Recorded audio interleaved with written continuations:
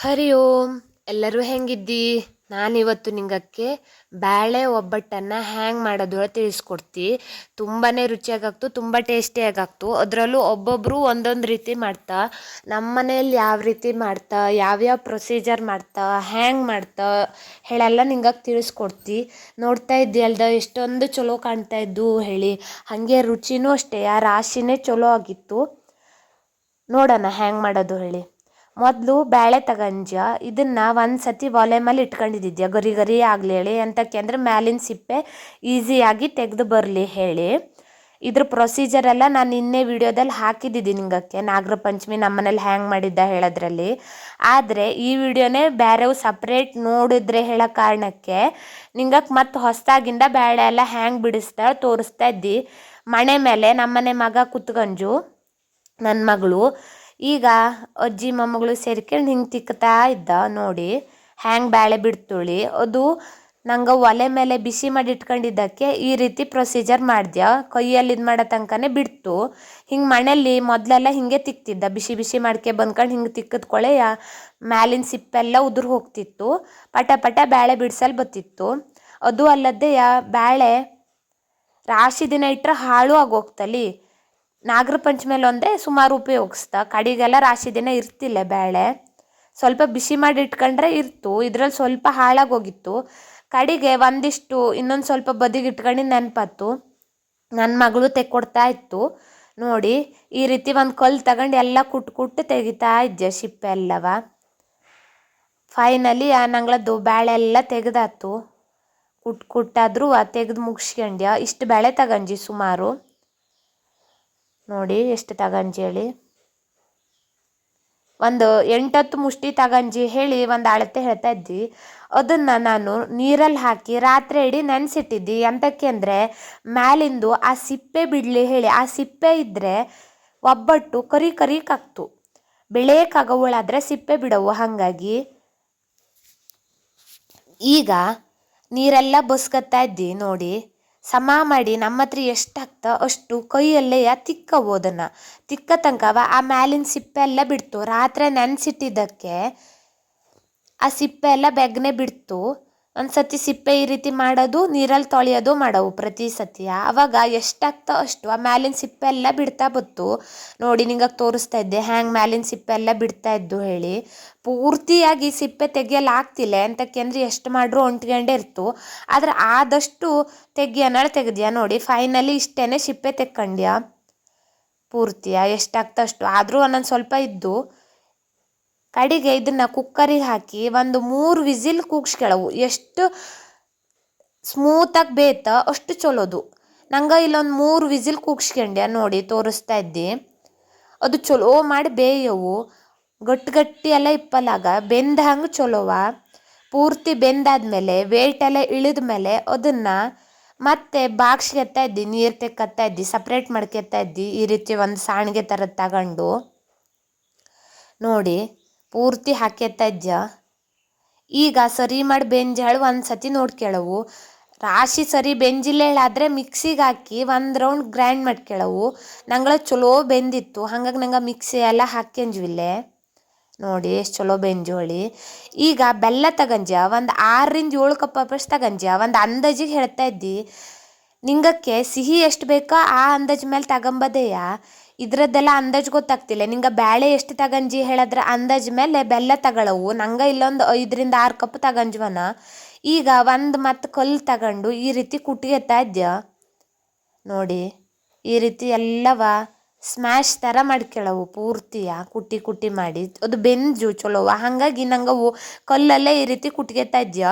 ನಿಂಗಳದ್ದು ಸರಿ ಬೆಂಜಿಲ್ಲೇ ಹೇಳಾದರೆ ಸ್ವಲ್ಪ ಮಿಕ್ಸಿಗೆ ಹಾಕ್ಕೊಳ್ಳಿ, ಅಂಥದ್ದು ತೊಂದರೆ ಇಲ್ಲೇ. ಈ ರೀತಿ ಪೂರ್ತಿ ಎಲ್ಲ ಸರಿ ಮಾಡಿ ಕುಟ್ಕೊಳ್ಳವು ನೋಡಿ. ಎಷ್ಟು ಚಲೋ ಮೆತ್ತಗೆ ಬೆಂಜು ಹೇಳಿ. ಅದು ಬೆಲ್ಲದ ಸಂತಿಗೆ ಮಿಕ್ಸ್ ಆಗವು. ಹಾಗಾಗಿ ಈಗ ಬೆಲ್ಲದ ಪಾತ್ರೆಗೆ ಇದನ್ನು ಕುಟ್ಟಿಟ್ಕೊಂಡಿದ್ದ ಬ್ಯಾಳೆನೂ ಹಾಕ್ಕೊಳ್ಳವು.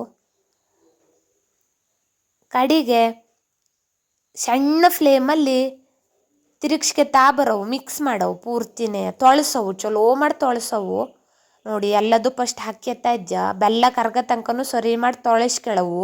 ಸಣ್ಣ ಫ್ಲೇಮಲ್ಲಿ ಇಟ್ಕೊಳ್ಳವು, ದೊಡ್ಡ ಬೆಂಕಿ ಮಾಡ್ಕೊಂಬಲಾಗ ಹಂಗೆ ಮಾಡ್ಕೊಂಡ್ರೆ ಅಡಿ ಬದಿ ಕೊತ್ತೋಗ್ತು. ನಾನು ಒಂದು 2 ಸ್ಪೂನ್ ಹಾಪಷ್ಟು ಇಲ್ಲಿ ಉಪ್ಪು ಹಾಕ್ಯತ್ತಾ ಇದ್ದಿ. ಕಡಿಗೆ ಒಂದು 4-5 ಏಲಕ್ಕಿ ಹಾಕ್ಯತ್ತಾ ಇದ್ದಿ. ಎಲ್ಲದು ಸರಿ ಮಾಡಿ ತೊಳೆಸ್ಕೆಳವು. ನಂಗವು ಯಾವುದೇ ಒಂದು ಸಿಹಿ ಇದ್ರೂ ಒಂದು ಚಿಟಿಕೆ ಹಾಪಷ್ಟಾರು ಉಪ್ಪು ಹಾಕ್ತೀಯ, ಸೌಳಾಗ್ತು ಹೇಳೋ ಕಾರಣಕ್ಕೆ. ನಿಂಗಕ್ಕೆ ಹೆಂಗೆ ಬೇಕಾ ಹಂಗೆ ಮಾಡ್ಕೊಳ್ಳಿ. ಉಪ್ಪು ಹಾಕಿದ್ರೆ ರಾಶಿನೇ ಚಲೋ ಆಗ್ತು. ರಾಶಿ ಎಲ್ಲ ಹಾಕಲಾಗ 2 ಸ್ಪೂನ್ ಹಾಕ್ಯಂಜಿ ನಾನು ಇಷ್ಟು ಪ್ರಮಾಣಕ್ಕೆ. ಈಗ ಸರಿ ಮಾಡಿ ಸಣ್ಣ ಫ್ಲೇಮಲ್ಲಿ ಮಿಕ್ಸ್ ಮಾಡ್ಕೊತ ಬರೋವು. ಅದು ಗಟ್ಟಿ ಹಪ್ಪ ತನಕನೂ ಒಂದು ಚೂರು ಕೈ ಬಿಡೋದೆ ಹಿಂಗೆ ಮಿಕ್ಸ್ ಮಾಡ್ಕೊತಾನೆ ಇರೋವು. ನಿಂಗವು ತೊಳೆಸೋದು ಬಿಟ್ಬಿಟ್ಟು ಹೇಳಾದರೆ ಅಡಿ ಹಿಡಿದು ಹೋಗ್ತು. ಹಾಗಾಗಿ ಸಣ್ಣ ಫ್ಲೇಮಲ್ಲೇ ಈ ರೀತಿಯ ಮಿಕ್ಸ್ ಮಾಡ್ಕೊತ ಬರೋವು. ಸುಮಾರು ಒಂದು ಅರ್ಧ-ಮುಕ್ಕಾಲು ತಾಸೇ ಬೇಕನ. ನೋಡಿ ಮೊದಲೆಲ್ಲವ ಬೆಂಕಿ ಉಟ್ಕೊಂಡು ಸೌದೆ ಒಲೆಯಲ್ಲಿ ಮಾಡ್ತಿದ್ದ. ಈಗೆಲ್ಲ ಅಷ್ಟೆಲ್ಲ ಕಷ್ಟಪಡೋವೆಲ್ಲ ಯಾರೂ ಇಲ್ಲೇ. ಹಾಗಾಗಿ ಎಲ್ಲರೂ ಸಿಲಿಂಡ್ರೇ ಬಳಸ್ತ್ಯ. ಸುಮಾರು ಒಂದು 15 ನಿಮಿಷ ಆದಮೇಲೆ ನೋಡಿ ಈ ರೀತಿ ಕೊಚ ಕೊಚ ಹಪ್ಪಲ್ ಶುರು ಆಗ್ತು.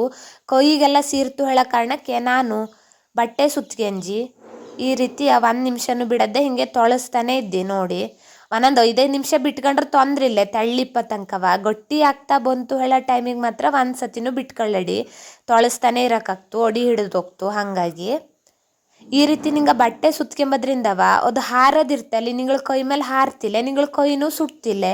ಇದೊಂದು ಬೆಸ್ಟ್ ಐಡಿಯಾ ಅಲ್ದ. ನಿಂಗೆ ಎಂತ ಮಾಡ್ತಿದ್ದಿ ಈ ರೀತಿ ಎಲ್ಲ ಆದಾಗ ಹೇಳಿ ನಂಗೆ ಕಮೆಂಟ್ ಮಾಡಿ. ನಿಂಗವು ಈ ವಿಡಿಯೋ ನೋಡೋದಕ್ಕಿಂತ ಮೊದಲು ಒಂದು ಲೈಕ್ ಮಾಡಿ, ಶೇರ್ ಮಾಡಿ, ಕಡೆ ನನ್ನ ಚಾನಲ್ ಸಬ್ಸ್ಕ್ರೈಬ್ ಆಗಿ. ನಂಗೆ ಇನ್ನಷ್ಟು ವಿಡಿಯೋ ಮಾಡೋವು, ಇನ್ನಷ್ಟು ವ್ಲಾಗ್ ಮಾಡೋವು ಕಾಣ್ತು ನಿಂಗೆ ಈ ರೀತಿ ಸಪೋರ್ಟ್ ಮಾಡೋದ್ರಿಂದವ. ಮೊದಲು ಸಬ್ಸ್ಕ್ರೈಬ್ ಮಾಡ್ಕೊಂಡು ನೋಡಿ ಈ ವಿಡಿಯೋನ.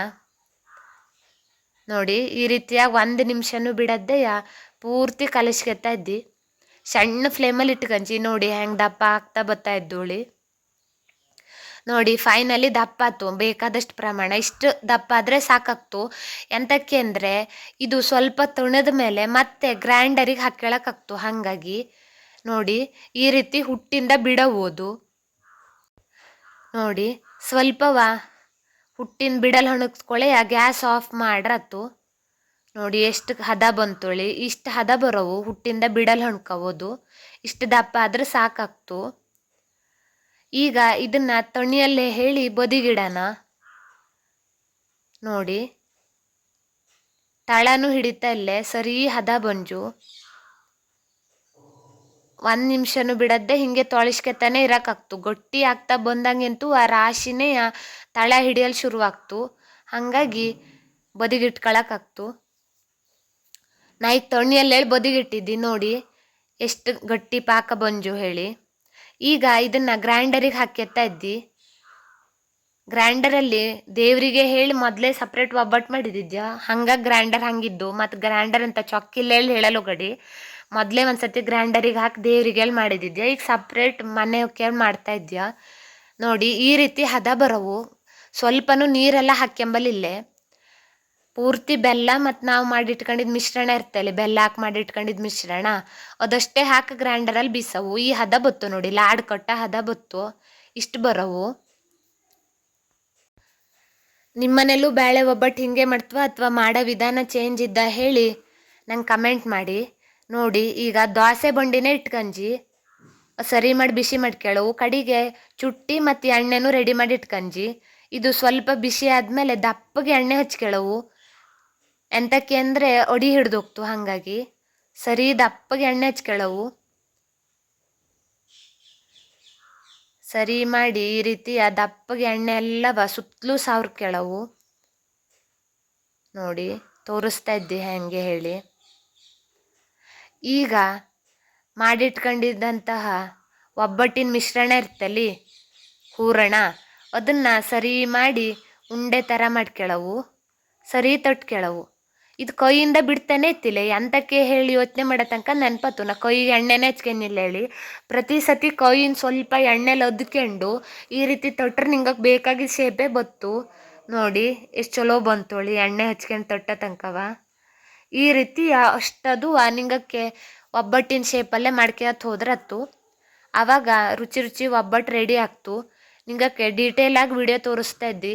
ಒಂದು ಸೈಡ್ ಬೆಂದ್ಮೇಲೆ ಮತ್ತೊಂದು ಸೈಡ್ ಬೇಯಿಸವು, ಸರಿ ಮಾಡಿ ಬೇಯವು. ಅದು ಕಪ್ಪು ಸ್ವಲ್ಪ ಮೇಲ್ಗಡೆ ಕಪ್ಪು ಥರ ಬರೋವು, ಅದನ್ನು ತೋರಿಸ್ತೀನಿ ಹಿಂಗಕ್ಕೆ. ಆದ್ರೆ ಈಗ ಹೇಳ್ತಾ ಇದ್ದೆ ಅಷ್ಟೇಯ. ಇದು ನಾಗರ ಪಂಚಮಿಯಲ್ಲಿ ಮಾಡೋ ಸ್ಪೆಷಲ್ ರೆಸಿಪಿ ಹೇಳಲಡ್ಡಿಲೆ, ಎಲ್ಲರಿಗೂ ಇಷ್ಟ ಆಗ್ತು. ರುಚಿ ಅಂತೂ ಭಾರಿನೇ ಚಲೋ ಆಗ್ತು. ಅದರಲ್ಲೂ ಆ ಬ್ಯಾಳೆ ಒಬ್ಬಟ್ಟಲ್ಲಿ ಎಷ್ಟು ತಿಂದರೂ ಸಾಕಾಗ್ತಿಲ್ಲ. ಇದ್ರ ಮೇಲೆ ಬಿಸಿ ಬಿಸಿ ತುಪ್ಪ ಹಾಕ್ಯಂಡು ತಿಂತಾ ಇದ್ದರೆ ರಾಶಿನೇ ಚಲೋ ಆಗ್ತು. ಅದರಲ್ಲೂ ಮಳೆಗಾಲ ಸೀಸನ್ನು, ಈ ರೀತಿ ಹೊಸ ಹೊಸ ನಮ್ನಿ ರೆಸಿಪಿನ ಮಳೆ ಹೋಯ್ತಾ ಇಪ್ಪಕ್ಕಾರೆ ಟ್ರೈ ಮಾಡ್ತಾ ಇದ್ದರೆ ವಾವ್ ಹೇಳೋ ಫೀಲೇ ಆಗ್ತು ಅಲ್ದ.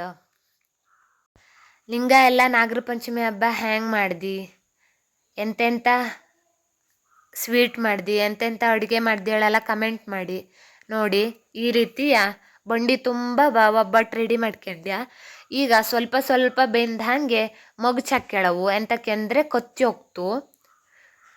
ಪೂರ್ತಿ ಒಂದೇ ಸತಿ ಒಂದೇ ಬದಿ ಬೇಯಲ್ಲಿ ಬಿಡಲಾಗ ಒಂದು ಸತಿ ಒಂದು ಬದಿಗೆ ಒಂದು ಸತಿ ಒಂದು ಬದಿಗೆ ಒಂದು 5-5 ನಿಮಿಷಕ್ಕೆ ಉಲ್ಟಾ ಮಾಡ್ಕೊತಾನೆ ಇರವು. ಸ್ವಲ್ಪ ಮ್ಯಾಲಿಂದ ಎಣ್ಣೆನ ಹಚ್ಚರು ಬತ್ತು ನೋಡಿ. ಈಗ ಸ್ವಲ್ಪ ಉಲ್ಟಾ ಮಾಡೋ ತನಕ ನೋಡಿ ಚೂರು ಬೆಂಜು. ಹೀಗೆ ಪ್ರತಿಯೊಂದು ಸುತ್ತಲೂ ಮಾಡ್ಕೊತ ಹೋಗವು. ಮತ್ತೆ ಅಡಿ ಬದಿದ್ ಬೆಂದ್ಕೊಳ್ಳೆ ಮತ್ತೊಂದು ರೌಂಡ್ ಹಾಕವು. ಸ್ವಲ್ಪ ಕಪ್ಪು ಬಣ್ಣ ಬಪ್ಪ ತನಕನೂ ಇದೇ ರೀತಿನೇ ಮಾಡ್ತಾ ಹೋಗವು ಪ್ರತಿಯೊಂದುವ. ಎಂತಕ್ಕೆ ಅಂದರೆ ನಾವು ಸರಿ ಮಾಡಿ ಸಣ್ಣ ಫ್ಲೇಮಲ್ಲೇ ಬೇಯಿಸ್ಕೊಳ್ಳವು. ಇಲ್ಲೇ ಅಂದರೆ ಬೆಂದಂಗೆ ಕಾಣ್ತು, ಆದ್ರೂ ಒಳ ಬದಿ ಬೆಂದಿರ್ತಿಲ್ಲ, ಆವಾಗ ತಿಂಬಲ್ ರುಚಿ ಆಗ್ತಿಲ್ಲ, ಹಸಿ ಹಸಿಕಿರ್ತು. ಹಾಗಾಗಿ ಪ್ರತಿ ಸತಿನೂ ಇದೇ ರೀತಿ ಪ್ರೊಸೀಜರೇ ಮಾಡ್ತಾ ಹೋಗವು.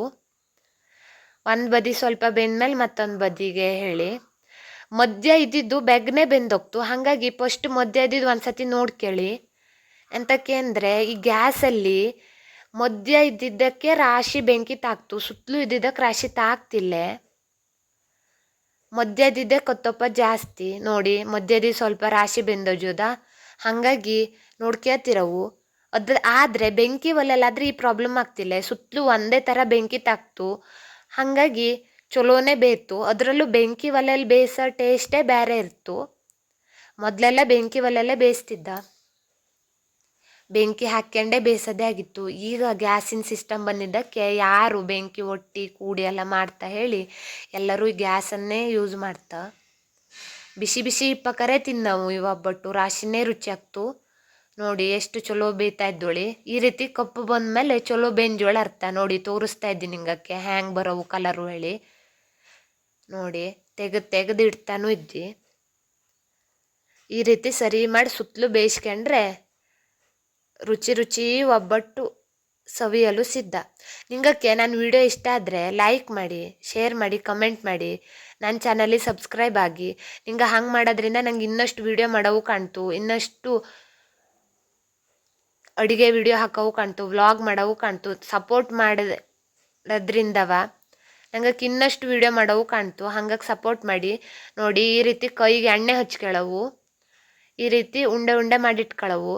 ಅಲ್ಲಿ ಬೇಯ್ತಾ ಇಪ್ಪಕ್ಕಾರೆ ಈ ರೀತಿಯ ಉಂಡೆ ಉಂಡೆ ಮಾಡಿಟ್ಕೊಂಡ್ರೆ ಲಾಡ್ತಾರವ ಪಟ ಪಟವ ಹಾಕಲಾಗ್ತು. ಎಂತಕ್ಕೆಂದ್ರೆ ಬೊಂಡಿ ಕಾದ್ಕೊಂಡಿಪ್ಪದಕ್ಕೆ ಪಟ ಪಟ ಮಾಡಲಾಗ್ತಿಲ್ಲ. ಈ ರೀತಿ ನಾವು ಲಾಡ್ ಥರ ಮಾಡಿಟ್ಕೊಬಿಟ್ರೆ ಪಟ ಪಟ ಪಟ ಬೊಂಡಿ ಮೇಲೆ ಈ ರೀತಿ ಒಬ್ಬಟ್ಟು ಮಾಡಲಾಗ್ತು. ನೋಡಿ ಹ್ಯಾಂಗೆ ಮಾಡ್ತಾ ಇದ್ದೀರ, ಮತ್ತೊಂದು ಸತಿ ತೋರಿಸ್ತಾ ಇದ್ದಿ. ಪೂರ್ತಿ ಕೈಗೆ ಎಣ್ಣೆ ಹಚ್ಕೊಂಡ್ರೆ ಅಂಟುತ್ತಿಲ್ಲ, ಇಲ್ಲಾಂದ್ರೆ ಸ್ವಲ್ಪ ಸ್ವಲ್ಪ ಕೈಗಂಟು ಪಟ ಪಟವ ತೊಟ್ಟಲಾಗ್ತಿಲ್ಲ.